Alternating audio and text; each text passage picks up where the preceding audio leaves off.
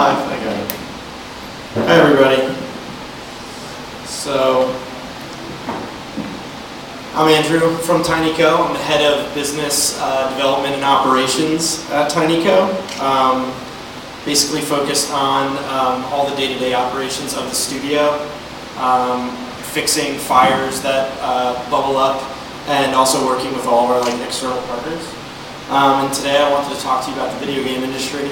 I don't think there's anything that you're probably going to learn like you would from any technical demonstration, but I hope you do enjoy learning about the game industry, especially like how it's changed and its impact.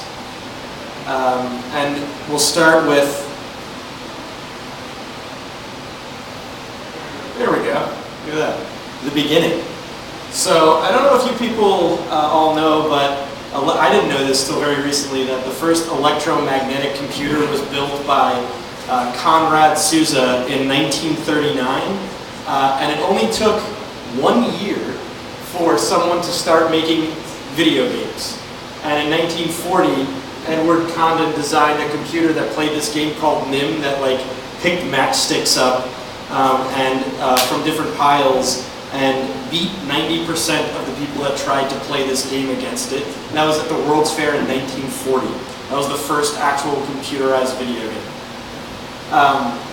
In 1962, you had the first actual screen interface for a video game with Space War that Steve Russell created. It was basically like the frequency lights that you see on like an EKG monitor that monitors your heart. There's basically like a light in the middle and other lights that were avoiding that light that were getting pulled toward it, and you just had to stay alive the longest. Like your light had to stay alive the longest, and that was the second video game, other than our military using war games, actual video simulated war games to figure out how we were going to beat the Russians in case we got into a land war with them. Also tactical nuke strikes, but that's a more serious side of gaming, obviously. And then Ralph Baer patents the interactive television game system called the Odyssey in 1972. Didn't do very well, only sold about 300,000 units. I wouldn't exactly call that mass market. But that same year, Atari also produced a game called Pong. Pong was played by people all over the country in pizza parlors and hair salons, and there weren't really arcades yet. But this was the first time two people were really getting together and putting in money and saying, let's play this video game. But then later in the 1970s, in 1978, that's when things got crazy. The Atari 2600. How many of you owned an Atari 2600? Really? Only one? Okay. Oh, okay, there we go. All right. So, yeah. The Atari 2600 sold over 60 million units. And it created the first real console generation. And basically, ever since the Atari 2600, there's been consecutive console generation after consecutive console generation in video games. You've got Atari in the second generation because they consider the Odyssey the first. NES, that was when it really started booming. But oddly, people think the NES was way bigger than the Atari 2600. They actually sold the same amount of units. SNES and Genesis came in the fourth generation. PlayStation and Dreamcast in the fifth. PlayStation 2 and Xbox in the sixth. PlayStation 3 and Xbox 360 in the seventh. And now we're in the eighth generation of video game consoles. And it's just, I also started working, that was a big time for the video game business when I started working in the video game industry. Obviously it was huge. And that was in the sixth generation. I've been working in the game industry since 2002. I started working on PlayStation games. It was pretty funny back then. And sales have only increased over time. The PlayStation 2 alone sold 160 million units. The Wii, Xbox 360, and PS2 combined have sold over 200 million units in the last generation. Gaming is clearly mass market, console gaming is clearly mass market, and console gaming is obviously become a mainstay in many living rooms around the country and around the world. And the model was simple. build an incredible video game. That's a joke because that one actually bombed. But basically you make a video game and either you just give it to the people that sell it in the shelf space, or you get a friend to sell it for you, like EA, and they take a cut. Very simple. But making games has never been simple, because it's one of the only things that is a combination of art, technology, and large-scale production all together. You have creative minds and egos, you have engineering minds and egos, you have production people, you have business people who are setting deadlines, and you have the market that's constantly asking for more, bigger, different, better. And it's very similar to software production, but there's that little strange like art and music and story and narrative and character thing that also ties into it. It just makes everything completely different and weird. And a great piece of art right there. It's kind of like juggling, making video games, but it's kind of like juggling on a treadmill while someone pokes you in the back with a red hot poker, and there's like a growling dog like about to like pounce on you. It's pretty crazy. And to show how crazy it's gotten over time, each generation after generation, that's how many people it takes to make a video game, one single video game for a video game console. For the Atari, it was 1 to 6 people. For NES, it was 5 to 30 people. For SNES, 15 to 60 people. For the PlayStation, 40 to 120 people. For Xbox, 60 to 175 people. For Xbox 360, for Xbox, 90 to 300 plus people to make Xbox 360 and PS4 games. Generation 8, 400 people? I don't even know. Like a small country will have to start like developing games. It's crazy. And it shows this, it illustrates this cycle in games that has happened every single console generation that we've had, where you get new tech and distribution. Everyone gets excited about new consoles, new games. The price points were way better though, way lighter. It was much more affordable back in the day to buy an NES and NES games than it is today. And you go from this tech and distribution to market growth to product glut, where there's just too much product and no one's going to buy it all. And then once it gets glutted, you get cost increases both in terms of quality because you have to compete, and marketing because you have to be louder and bigger than everybody else. And then companies die or they consolidate. In every successive console generation, you've seen at least hundreds of developers and tens of publishers vanish. Until, as we got to the PlayStation 2 and Xbox 360 era, there were only a handful of major publishers left. And of those, even they started to die, like THQ, or which was a giant publisher that worked on like wrestling, like WWE wrestling games and things like that. Gone. Acclaim, gone. And all that's left is essentially like 6 or 7 major publishers. Just like the film industry, just like the music industry, it's just the way that American entertainment industries work. Everything portfolio-based in entertainment, there's only so much entertainment we can handle. Everything gets commoditized very easily, the costs go up, things die. So it's wonderful. And the gaming industry was really interesting though, because as of 2007, everyone was pretty happy. Some people were sad. Everyone was semi-simple. We were seeing above 20% growth rates every year until 2007 to 2008. You see a 13.3% growth rate, which is still pretty good. But then if you see 2009, it more than half. It like cut more than half. And then it cut again and again and again. Until now, last year was the first year that the consoles are losing market share. They are no longer growing, they are now dying, which is really interesting. What happened? Why is the console happening? What happened? Cell phones and tablets. There you go, yeah. So a lot of cell phones and tablets is I think the largest macro factor. But there are some other macroeconomic factors like our economy, tanked, and there was less disposable income, less people were buying product.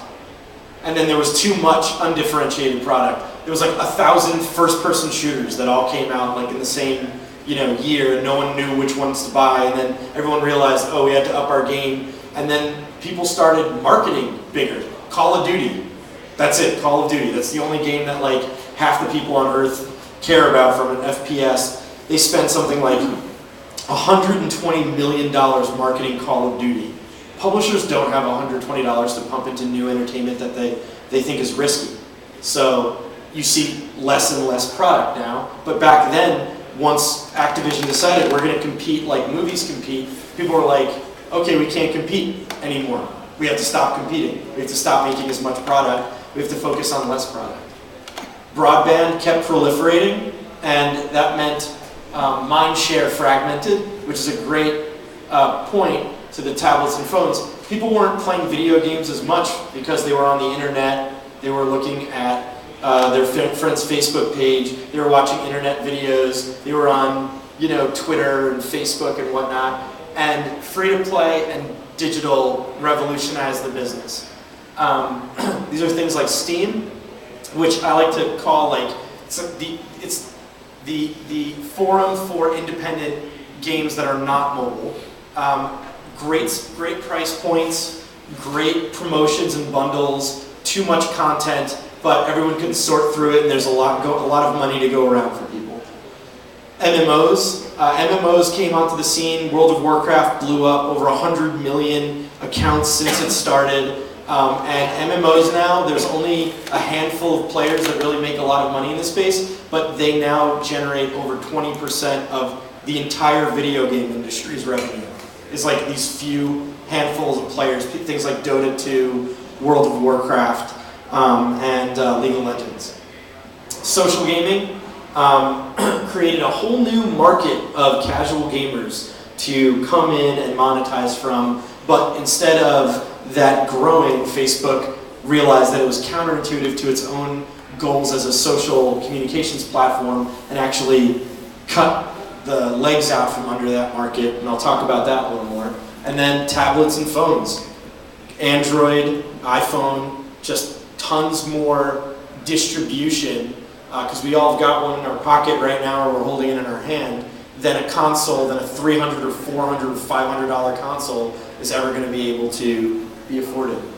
The social market boom was great because Zynga came on the scene, brought in a whole bunch of new gamers that never played games before, introduced them to different mechanics like adventure simulation and resource management. But very quickly they died because Facebook said, we're not going to be a gaming platform, we're going to be a communications platform. And people don't want to be spammed with gaming notifications, which was the main thing that made the platform so valuable for gamers. And what you saw was, with the creation of social games and data-driven games, free-to-play, MMOs, that now the cycle of making games, same difficult process, but now it goes on for eternity.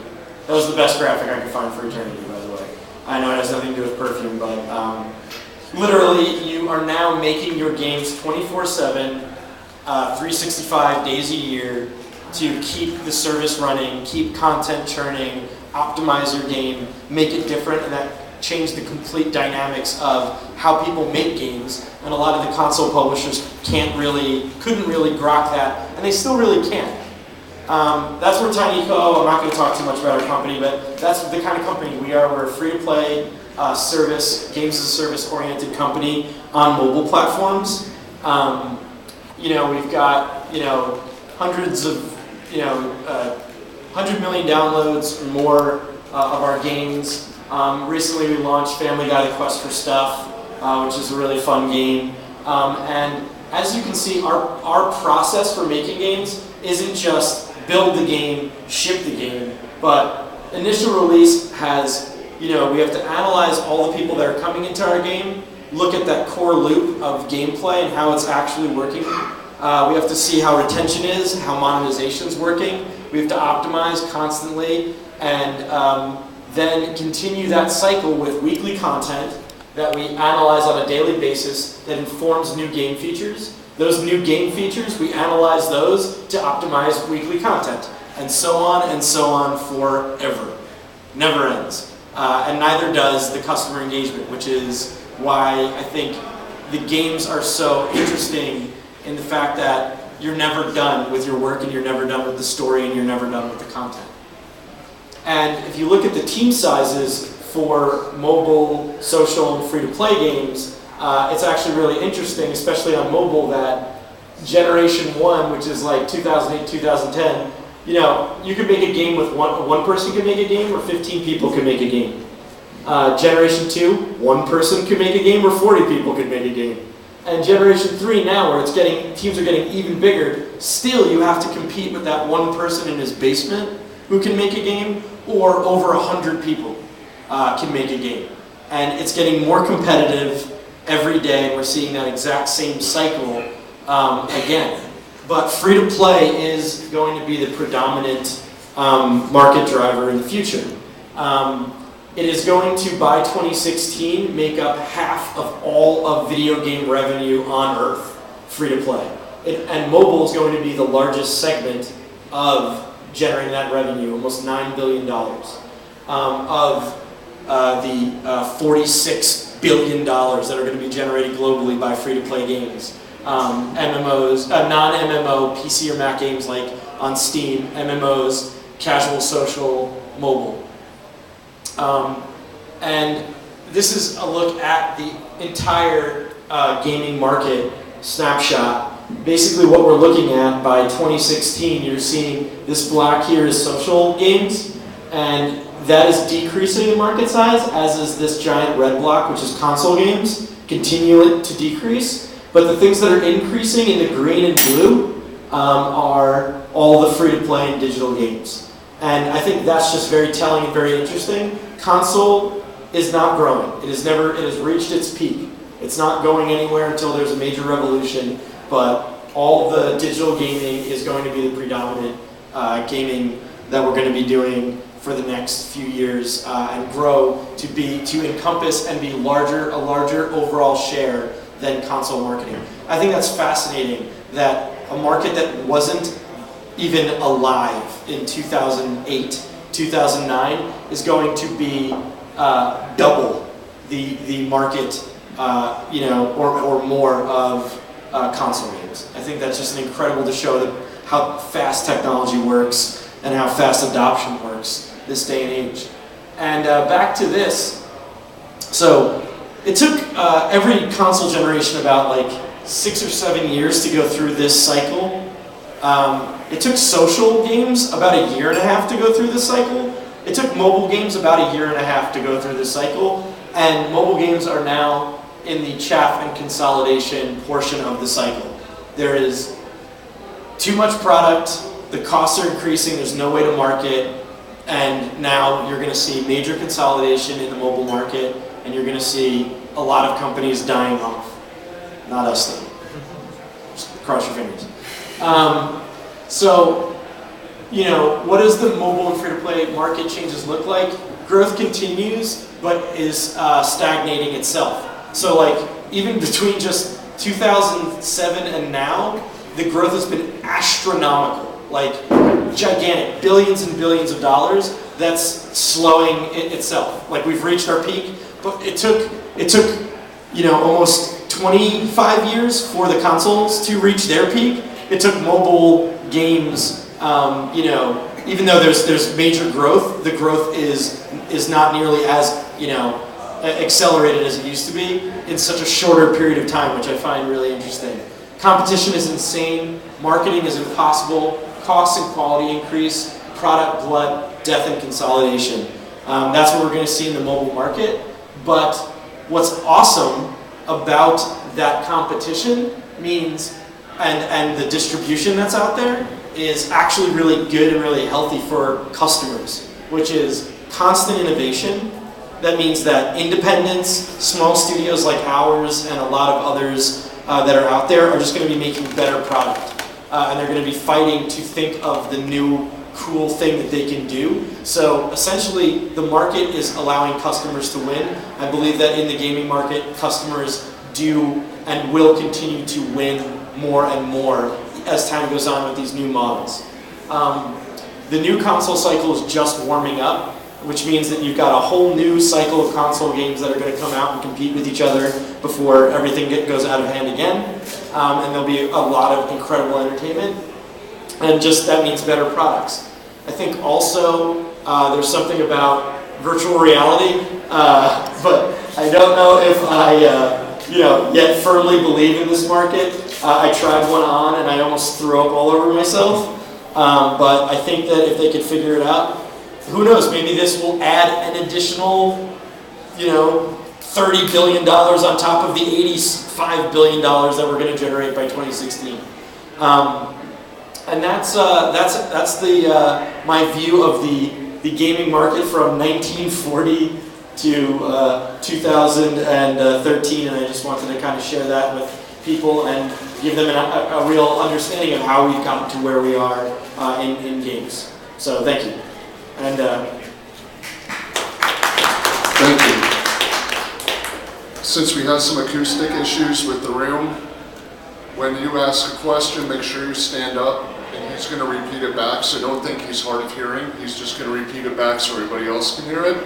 And then we'll keep it informal. After a certain amount of time, if you want to have side conversations, we'll be very open to that, but we'll spend about 15-20 minutes here on stage for your questions. Yeah, does anyone have any questions? Yeah. What do you think of the new update cycle for app-based games where they have to update and they drive new users and new game mechanics by update cycles, and when they update or all this is important when you ship a new version? It used to be for the consoles. Yeah, so the question is about update cycles, like what I think about like the fact that we have to continually update games. At a company like TinyCo, that's what our business like thrives on, is content updates. I think it's great in the fact that you don't have a static story experience or a static experience. I can't really buy a console game that has less than like 8 hours of story-based gameplay in it anymore. Just the investment doesn't make sense. But with a free-to-play game or an episodic game or games that are constantly updated and added to, I constantly get access to new story, new characters, new content for a nominal fee, and I think that's an incredible model. Like I would much rather pay less and pay for what I want to add on and get more than pay for a static experience of which I don't understand how long or how valuable it is, and then I've already paid my 60 bucks and be stuck with something that kind of wasn't fulfilling. What's good on mobile these days? What's good on mobile these days? It's a really good question. I think Family Guy Quest for Stuff is a wonderful game, especially if you like Family Guy. It actually is a really good game. The humor is really, really funny, and it's definitely, in my opinion, the best Family Guy game there's ever been, and I think probably the funniest game on iOS, but there's a lot of other really good games. What's funny is one of the first games that was a big hit on iOS is still, I think, one of the best games ever made on iOS, which is called Battleheart. I'll always like that. They actually just came out with a sequel for Battleheart, which is more of an RPG. It's all right. There's a game, in free to play. I think Injustice is a really cool game. The way that they did fight mechanics, battle mechanics, it's superhero battles on iOS. I think that game's really good. I think CSR Racing is good, but if you're a racing fan. And then there's tons of new paid games from indies that they are releasing across Steam, iOS, and even Mac App Store that are really good. There's a one that was kind of a really interesting puzzle mechanic called Monument Valley. If you want to see kind of that cross section of art, storytelling, and puzzle and gameplay, it's a really, really good game called Monument Valley. So you keep repeating that marketing is a bottleneck. Yeah. It's just, there's too much noise and not enough channels. Yeah. How do you overcome it? How have you grown without marketing? So the question was, how do you grow without marketing if marketing is completely bottlenecked? And yeah, it is completely bottlenecked, and the way that we overcame it is actually by working with really large brands like Family Guy. There was a lot of great things that we accessed by working with Fox on the game. One was a giant built-in fan base and community that wanted Family Guy content. Another was the rich story and world of Family Guy that we can leverage to make content that's actually, tested and has had so much time and energy put into it. And we could put our time and energy around making a great game. Because I think always having to focus on every aspect of the pie, story, world, voice, character, and then game mechanics, monetization, all these other pieces, and then marketing, it's just very difficult. And I think we're still giving great content to the community, and we're making really solid business sense at the same time. So it's a great meld of content and business. And we're going to continue to do that. But we also are going to start developing original IP again as well. But we now have a great solid base of driving new customers through our games with these licensed games. Do you think TV is a viable marketing option? We actually do TV for Family Guy because we have the Fox relationship. And what's interesting is TV advertising only works due to frequency. So it's not that you get your ad on, except for like the Super Bowl or like the Final Four, where there's literally just so many people watching at once. Even then though, it's kind of a crapshoot. But yeah, TV advertising is about frequency. It's about repeat viewership. And you have to spend $8 million minimum to get really, really good frequency. Those economics, in terms of driving through to a mobile game for install and monetization, probably never going to work. But I think that when you do brand-based marketing, like Clash of Clans or Candy Crush or those games, to kind of create a canopy of new customers when you've saturated the market in mobile with your messaging already, then TV's great because you're like, we're already making tons of money and we already reached every customer, let's just go to a different channel and see what happens. And by then it's kind of like you're just making, blanket investments that whether they pay off or not, but I don't think that they can work for, smaller companies, even as ourselves with a giant brand like Family Guy.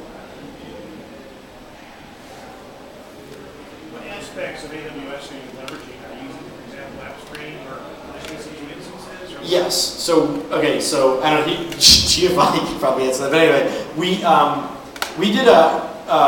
do leverage AWS. Our head of engineering, Rob, was a former Amazon and AWS employee.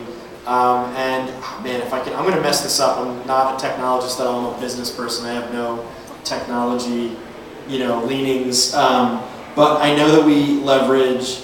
I'm going to try this. Okay. No, I'm not going to do it. I'm just going to best. It's just going to be terrible. But yeah, do you know any of this? Do you hear it? Yeah. For the most part, I think it's your normal. It's your normal stack. So EC2, RDS.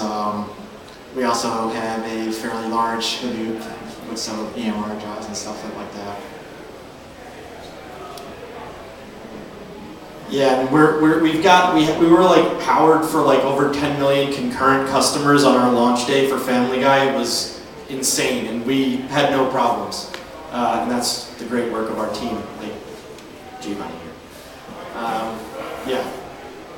Yeah. Any questions? I can literally answer any question about the video game industry that you've ever had. So here's one for you. Do you think Nintendo should get into mobile, or does it not make both like psychological or economic sense for them not to bother? This is a great question. So the question was, do you think Nintendo should get involved in mobile phones, like putting their games on like iOS or Android? And I think they should definitely do that. But I know why they're not doing that, and they're proving me wrong kind of right now in a sense, because I don't get it. Like, you have to be a Nintendo gamer, right? Of which there are a lot. But the thing that's amazing to me about them is, whereas Xbox will fight to figure out how to have an exclusive content, an exclusive game that will drive console sales, Nintendo has that every time they want it. Anytime they want to sell consoles, they make Smash Brothers, or they make, and the great example right now is Mario Kart 8. Like, Mario Kart basically is like, it will sell consoles. Like, they're not just going to sell the software, they're going to probably sell like a few million consoles because of that game. And until that game came out, no one cared about it, right? So, does Nintendo need... Nintendo's like its own market, almost. It's almost like there's the video game market and then there's Nintendo. It's the Nintendo market. So, do I think they should get on mobile? Yes.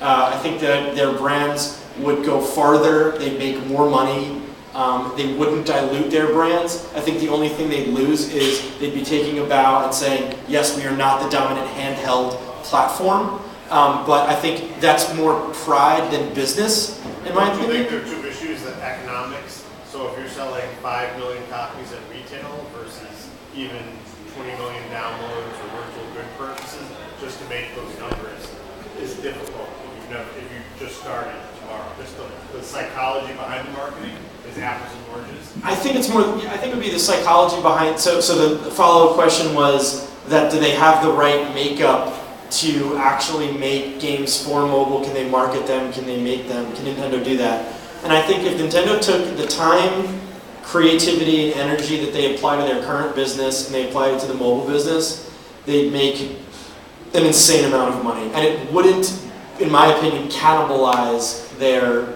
console market at all. In fact, I think it would grow their console market. So I think they're shooting themselves in the foot because they're holding on to an old handheld game business concept that they want to own, and I believe they can continue to own it, and they will make money from it, but I believe that they're kind of, because they don't want to make the transition, they're not going broader than they actually can, but I think it will work for them. It will continue to work for them until it doesn't, but I don't know if anyone will ever get tired of these franchises.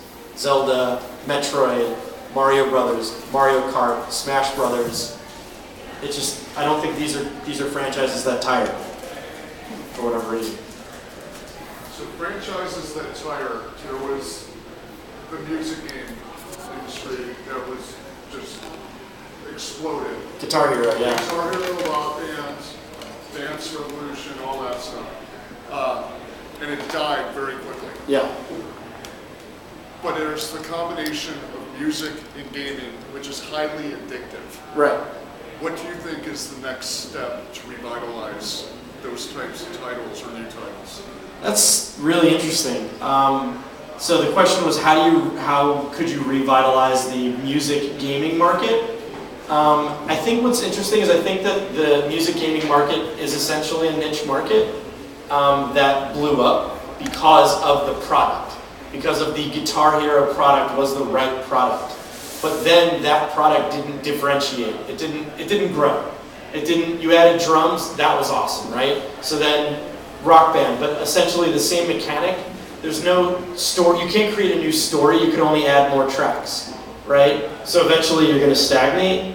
I think that maybe something like virtual reality, I think you would have to create an entirely new dynamic an entirely new experience that I don't think technology is capable of creating right now in order to actually get away from the external experience of standing in front of a screen with virtual instruments. I think you have to, the only way that you're going to revitalize the music game industry is if you like virtual reality, like you feel like you're in front of a giant audience and people are throwing panties at you. And then like everyone's like, this is awesome.